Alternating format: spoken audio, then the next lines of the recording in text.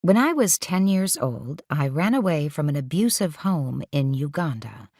I decided that I'd rather be an orphan living on the streets and die at the hands of a stranger than to get killed by my own father. For 5 years, I lived on the streets, doing whatever was needed to survive.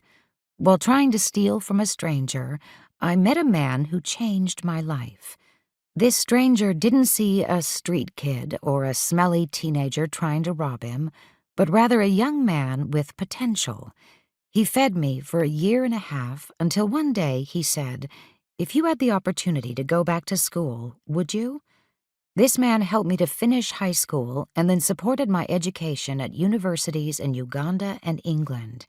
He brought me into his home and I became a part of his family. Because of my journey, I understand the struggle of those who have ended up separated from their biological parents.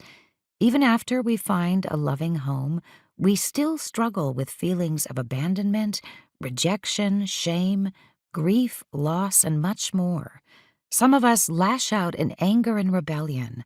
Others, like me, work really hard to avoid doing anything that would get us kicked out of the opportunity to be a part of a family.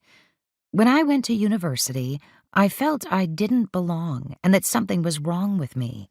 Even within a loving family that supported me, I felt I wasn't enough because I wasn't their biological child.